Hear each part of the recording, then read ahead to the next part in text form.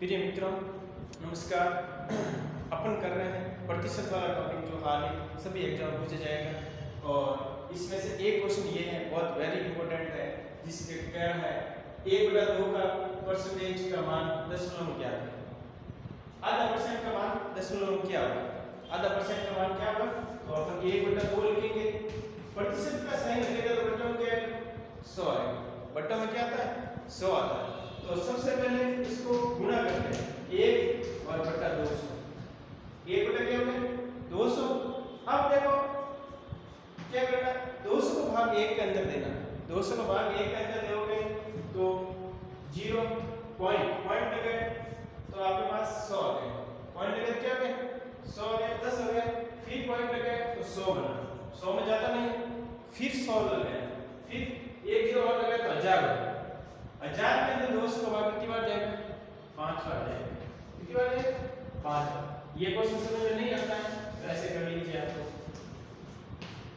अगर 1 में भाग नहीं जाता है तो यहाँ पे पॉइंट लगा, पॉइंट लगते ही यहाँ पे 1 0 लगेगा, ये ध्यान रखें। फिर 10 में भाग नहीं जाता है तो 1 0 और लगा, यहाँ पे 0 लगा, फिर 100 बन गया। 100 में भाग नहीं जा रहा है तो इसका मतलब 1 0 और लगा है, 1 0 लगा लिया। फिर आपके 1000 बन गया, तब 200 को भाग 1000 के अंदर कितनी बार जाता है 5 बार। ये आपका आंसर है, ठीक है ना। ऐसे क्वेश्चन में आपको थोड़ा पॉइंट का ध्यान रखना है, प्रतिशत में कैसे भी आपके आंसर पूछ सकते हैं, ठीक है ना। तो ये बात आप ध्यान रखोगे तो क्वेश्चन ऐसा आ सकता है, वेरी इंपॉर्टेंट है। किसी भी संख्या का आ रहा है तो आपको कैसे सॉल्व करना है, ठीक है ना। आगे वाला क्वेश्चन देख लीजिए क्या कह रहा है आगे। देखो किसी संख्या के 6% यदि 180 है तो वो संख्या क्या है।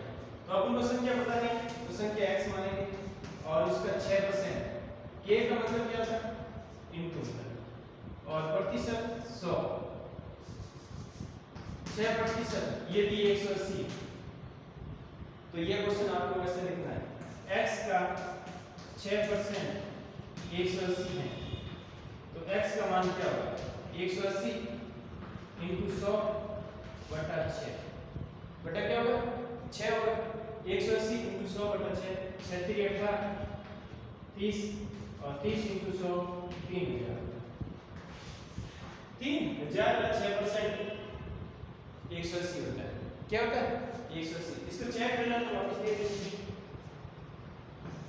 3000 का 6% कितना होगा, तो इसको सॉल्व कर लीजिए।